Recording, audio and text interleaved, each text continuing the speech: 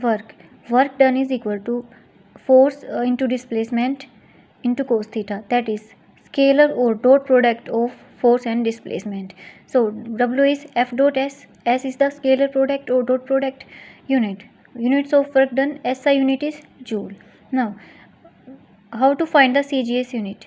As we have seen in dimensional analysis chapter that the dimensional analysis can be used for the conversion of units. तो सबसे पहले हम अभी work की dimension लिखते हैं. क्या क्या होगी? फोर्स की क्या होती है? MLT minus 2 MA and MLT minus 2 is A and this S L and cos theta is dimension length. So this is ML2 T minus 2. M is in kilogram in SI unit. Length is in meter in SI unit and time in second. Now 1 kilogram is 1000 gram. A meter square is 10 raised to the power 4 centimeter square. Second inverse as it is. So 10 raised to the power 7 gram centimeter cube second inverse and 10 raised to the power 7 arc. So 1 joule is equals to 10 raised to the power 7 arc and the CGS unit of work done is arc. Now work done can be positive, negative और it can be zero also. Positive कब होगा? जब theta less than 90 degree हो. क्यों? क्योंकि 0 to 90 में क्या होता है? कोस थीटा हमेशा पॉजिटिव होता है. सो वर्क डन कैसा आएगा?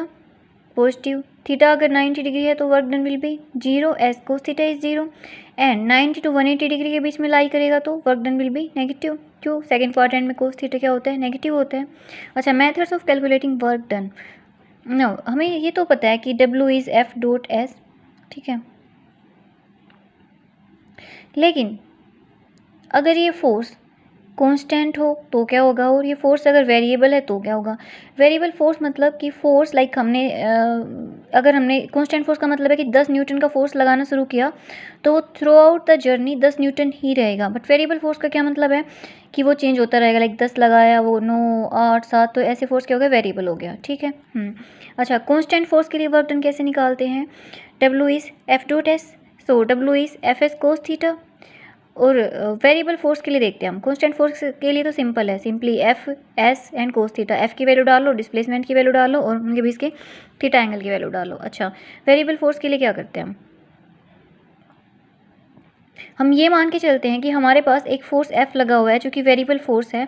अभी हम सिर्फ वन डायमेंशन की बात कर रहे हैं कि हमारे पास ये फोर्स अगर जस्ट वन डायमेंशन में है, like F is a function of X, यानी कि जैसे जैसे X चेंज हो रहा है वैसे वैसे F भी चेंज हो रहा है. ठीक है, F is a function of X का मतलब समझ आ गया.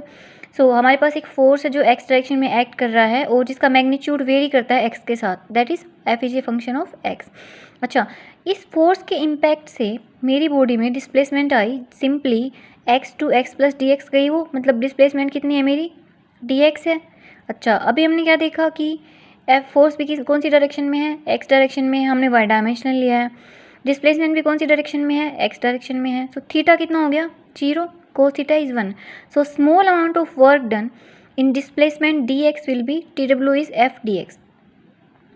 लेकिन अगर यही बॉडी मेरी x1 से x2 में जाए सो work done can B given by integration of this expression.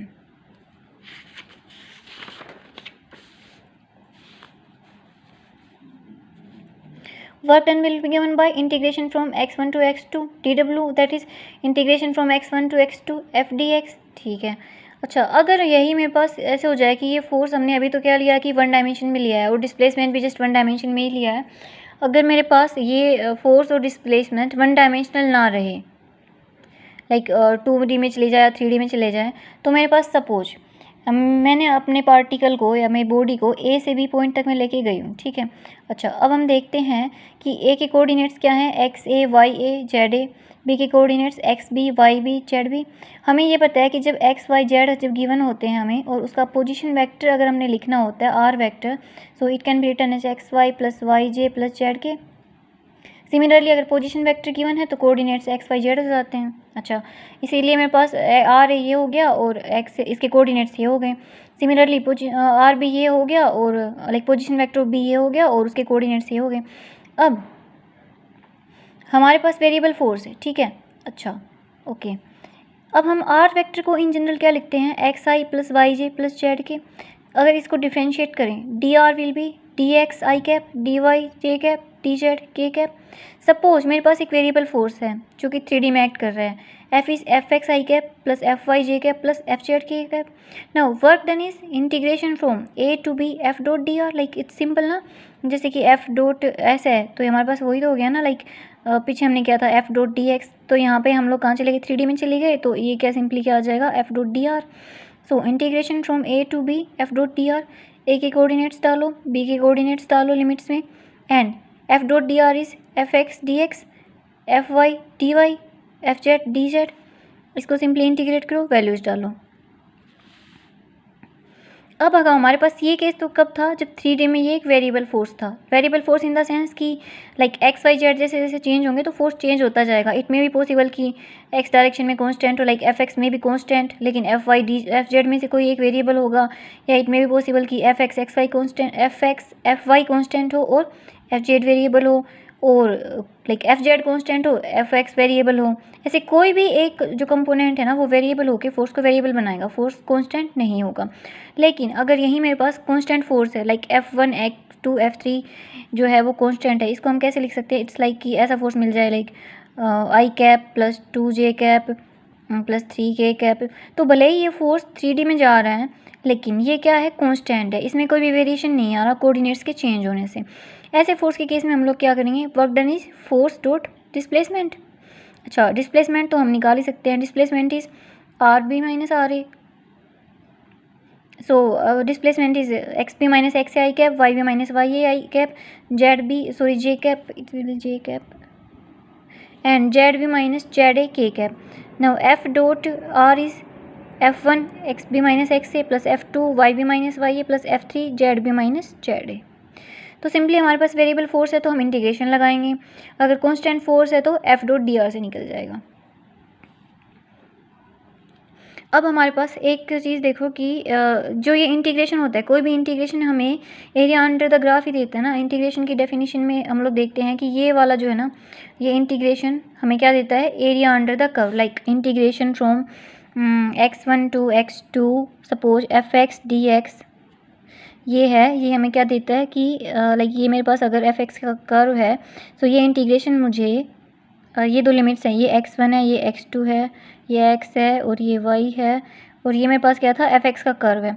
तो ये है simply integration from x1 to x2 f x D x हमेशा इस एरिया अंडर द कर्व देगा मुझे, ठीक। तो यहाँ से हमारे पास फोर्स के लिए भी ये इंटीग्रेशन आ रहा है एफ डॉट डी आर, इसका मतलब ये हमें क्या देगा, area under the f x curve, यानी कि एफ डॉट डी एक्स के लिए हम क्या लिख सकते हैं कि integration from x1 to x2 f x D x will give the area under the f and x curve, ठीक है। So work done can be calculated by this, calculating the area under the f x curve.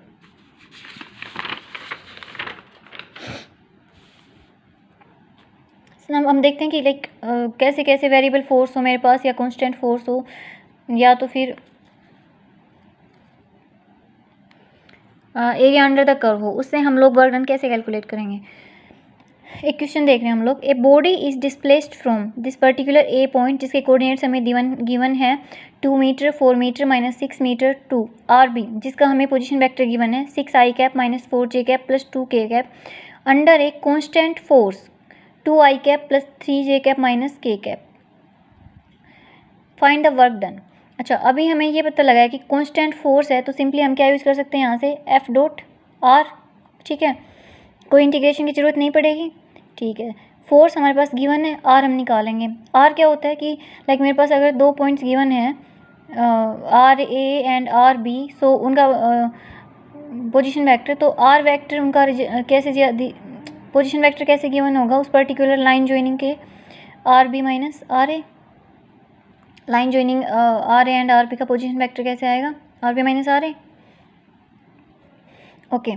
So R will be R B minus R A, so it can be 6 minus 2 minus 4 minus 4 2 minus minus 6 के cap. सो हमारे पास are आ गया, force है, तो work done will B F dot are निकल जाएगा। अच्छा अब अगला सवाल देखते हैं हम लोग, a block is constraint to move along X axis, यानी कि वन डायमेंशनल का केस आ गया है, अंडर ए फोर्स, फोर्स क्या गिवन है -2x न्यूटन।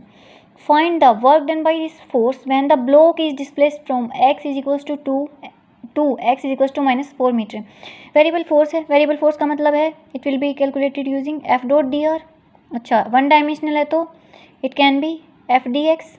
ठीक है, सो वेरिएबल फोर्स के लिए ये हमारे पास आ गया F D x, x1 to x2, x1 is 2 and this x2 is -4।